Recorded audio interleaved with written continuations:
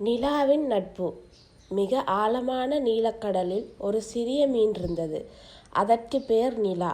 நிலா மிகவும் தைரியமான மீனாக இருந்தாலும் அது எப்போதும் தனிமையில் இருக்கும். அதன் நண்பர்கள் எல்லாம் சிறிய மீன்கள். ஆனால் நிலாவுக்கு ஒரு பெரிய கனவு இருந்தது. எனக்கு ஒரு பெரிய தோழி வேண்டும், ஒரு டால்பின் நண்பி வேண்டும் என்று கனவு கண்டது. ஒரு நாள் காலை கடல் அமைதியாக இருந்தது. நிலா தன் சிறிய பவளப்பாறைகளுக்கு நடுவே விளையாடி கொண்டிருந்தது. திடீரென்று ஒரு பெரிய நிழல் தண்ணீரில் விழுந்தது. நிலா பயந்து ஒளிந்தது. மெதுவாக தலையை நீட்டி பார்த்தது. அங்கே ஒரு பெரிய டால்பின் மெதுவாக நீந்தி கொண்டிருந்தது. அதற்கு பெயர் மீரா. மீராவின் உடல் வெள்ளி போல் ஜொலித்தது. ஆனால் மீராவின் கண்களில் ஒரு சோகம் தெரிந்தது. நிலா தைரியத்தை வரவழைத்து கொண்டு முன்னால் வந்து, வணக்கம், நீங்கள் டால்பின் தானே? எனது பெயர் நிலா. உங்களுக்கு என்ன ஆச்சு? ஏன் சோகமாக இருக்கீங்க மீரா?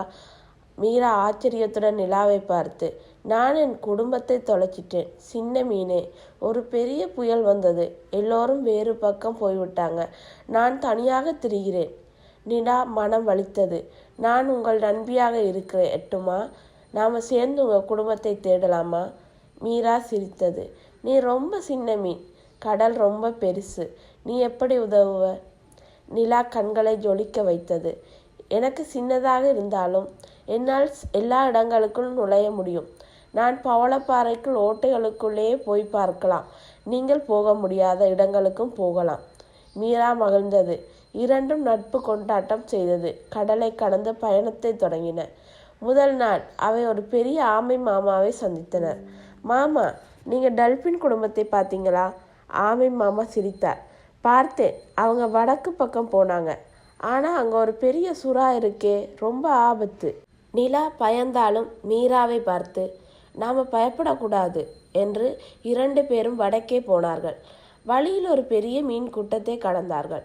அந்த மீன்கள் எல்லாம் ஒன்றாக நீந்தி ஒரு பெரிய வட்டம் போல் தோற்றம் கொண்டன. இது என்ன என்று மீரா கேட்டது. இது எங்கள் பாதுகாப்பு தந்திரம். ஒன்றாக இருந்தால் பெருசாக தெரியும். சுறாக்கள் பயப்படுவார்கள் என்றன மீன்கள். நிலா யோசித்தது. நாமளும் இப்படி செய்யலாமே. அவை பயணத்தை தொடர்ந்தன. திடீரென்று ஒரு பெரிய சுறா வந்தது. ஆ, இன்று எனக்கு டால்பின் சாப்பாடு என்று சிரித்தது. மீரா நிலாவை தன் முதுகில் வைத்துக்கொண்டு வேகமாக நீந்தியது. ஆனால் சுறா மிக வேகமாக வந்தது. நிலா தைரியமாக கத்தியது. மீரா, நான் போய் அந்த மீன் கூட்டத்தை கூட்டி வாரேன். நிலா வேகமாக நீந்தி மீன் நண்பர்களிடம் போய் எங்களை காப்பாத்துங்கள் என்றது. உடனே ஆயிரக்கணக்கான மீன்கள் ஒன்றாக சேர்ந்து ஒரு பெரிய டால்பின் உருவத்தை உருவாக்கியது. சுறா பயந்து போய், ஐயோ, ராட்சச டால்பின் என்று ஓடிவிட்டது.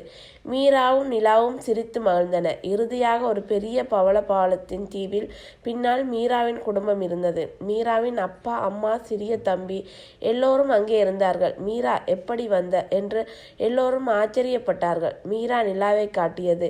என் சின்ன நண்பி நிலாதான் என்னை கூட்டி வந்தது. அன்று முதல் நிலா அந்த டால்பின் குடும்பத்தில் அன்பு மகளானாள். எல்லோரும் சேர்ந்து விளையாடினார்கள், பாடினார்கள், கடல் முழுவதும் சுற்றினார்கள்.